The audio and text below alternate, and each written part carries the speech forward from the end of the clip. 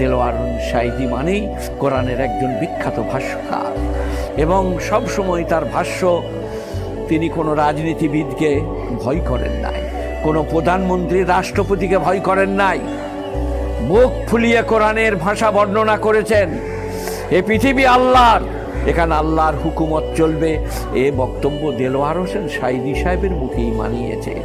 আমরা কিন্তু বক্তব্য রাখি, কিন্তু যেন সরকার রুষ্ট না হয়ে যায়, সরকার বিরোধী না হয়ে যায় আমাদের কথা, এটা আমরা লক্ষ্য রাখি, কায়দা করে বলি। দেলোয়ার হোসেন সাঈদী সাহেব সে ব্যাপারে পরোয়া করতেন না। তিনি কোরআনের আয়াতকে নির্ভীকভাবে বর্ণনা করতেন এবং তার ব্যাখ্যা করতেন। নারীদের প্রধানমন্ত্রী হওয়া সম্পর্কে সর্বপ্রথম যিনি প্রতিবাদ করেছেন তিনি হচ্ছেন দেলোয়ার হোসেন সাঈদী রহমতুল্লাহ আলাই।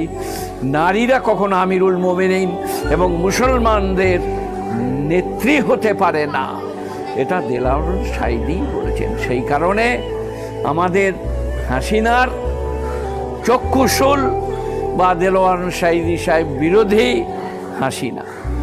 যাই হোক, তাকে জেলে দিল কোনো বাহানায়, জেলে রাখলো, তারপরে হাটের ব্যাপার বলে নিয়ে এসে তারপরে তিনি মারা গেলেন।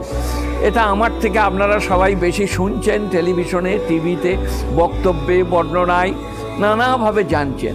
আমি একটু জানছি, মৌলবি লোক, কাজেই দেলোয়ার হোসেন সাহেবের বক্তব্য সাক্ষী দিচ্ছে তিনি একজন মুওয়াহ্হিদ, তৌহিদের 1 নম্বর খাদেম।